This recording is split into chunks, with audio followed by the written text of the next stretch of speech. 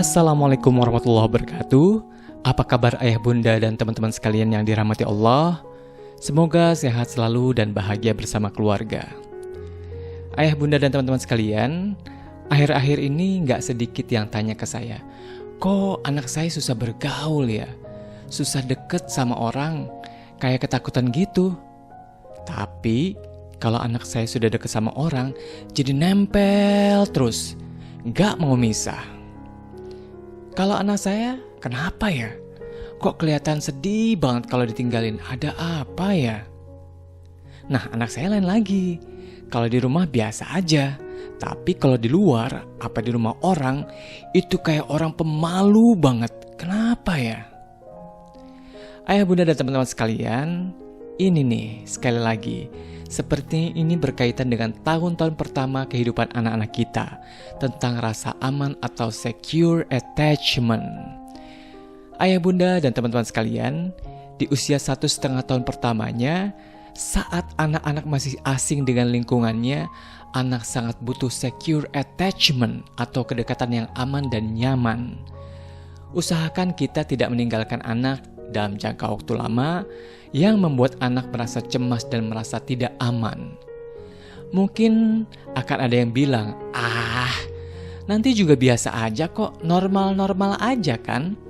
Malah kalau nggak diginiin, nanti anak jadi ketergantungan sama orang tua. Kelihatannya memang akan tampak normal-normal saja.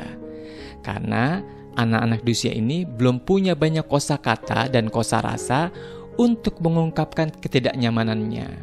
Sesungguhnya ini menuntut orang tua untuk peka dalam memahaminya. Nah, agar nggak kebablasan, kita coba bahas sedikit tahapannya. Belajar dari John Bowlby, ketika anak-anak berada pada usia di bawah 1,5 tahun, ditinggalkan dan terpisah dari orang tuanya, khususnya ibunya, karena ini fase motherly ya, akan timbul kegelisahan. Mereka akan mencari sosok significant others itu. Dengan kosakata dan kosarasa yang belum baik, yang sangat sering muncul adalah tangisan keras saat ditinggalkan. Ini adalah bentuk protes mereka. Meski dihibur oleh orang lain misalnya, mereka tetap akan menangis menunjukkan rasa marah dan kecewanya. Ketika dengan menangis ibunya tak kunjung datang, mulailah dia diam dan muncullah perasaan semacam frustasi, bahkan bisa jadi depresi karena kerapuhannya. Mereka akan tampak acuh dengan lingkungan dan orang yang ingin mendekat dengannya. Dan ketika sudah agak lama berselang waktu, barulah ia mencoba keluar dari perasaan marah dan frustasinya, lalu membentuk keterikatan dengan orang lain.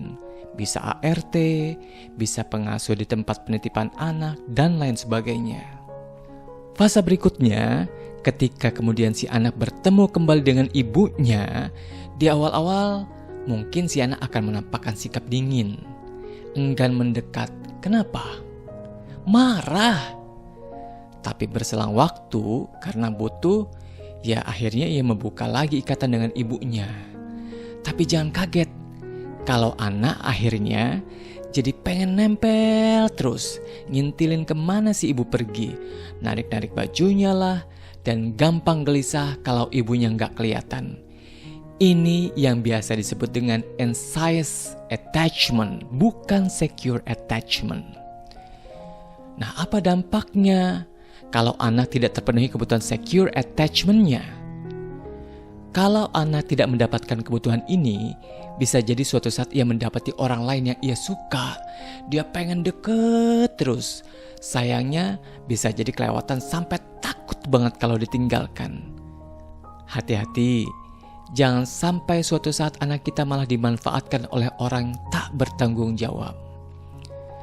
Atau bisa juga anak-anak seperti ini berkembang menjadi pribadi avoidance, ingin mendekat dengan orang lain tapi khawatir untuk ditolak. Jadi serba salah deh. Sulit untuk menjalin relasi dengan orang lain, akhirnya lebih memilih untuk menyendiri. Kok serem ya? Kalau sampai sini muncul perasaan bersalah, khawatir, dan lain sebagainya, stop. Itu nggak merubah masalah. Ada banyak hal yang harus kita lakukan untuk mengubahnya. apa yang bisa dilakukan dalam menjalin secure attachment agar anak tidak mengalami dampak dari anxious attachment yang kita bicarakan tadi. Nah, saya mau bilang bahwa segala macam hal yang ingin kita lakukan adalah pilihan. Mau melakukan A dengan ragam alasan silahkan, mau melakukan B juga silahkan.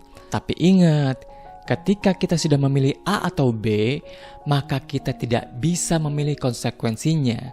Ibaratnya, kalau kita memilih untuk makan sambal, ya konsekuensinya akan kepedesan. Gak bisa memilih konsekuensi manis.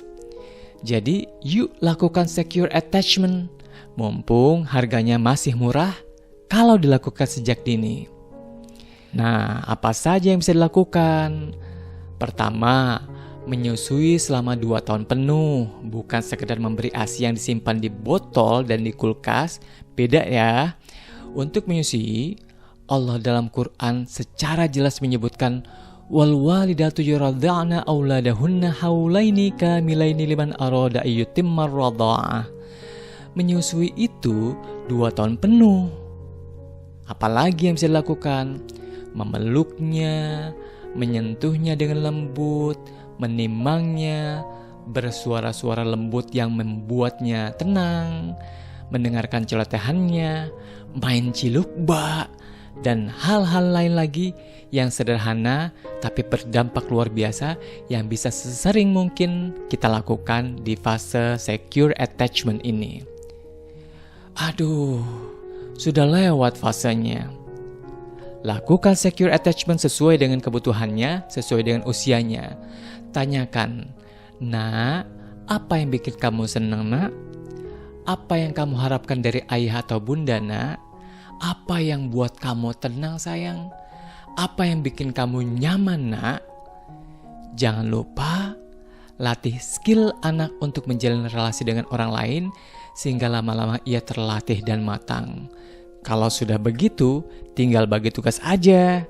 Mana yang bunda harus lakukan, mana yang ayah harus lakukan untuk memenuhi kebutuhan ini.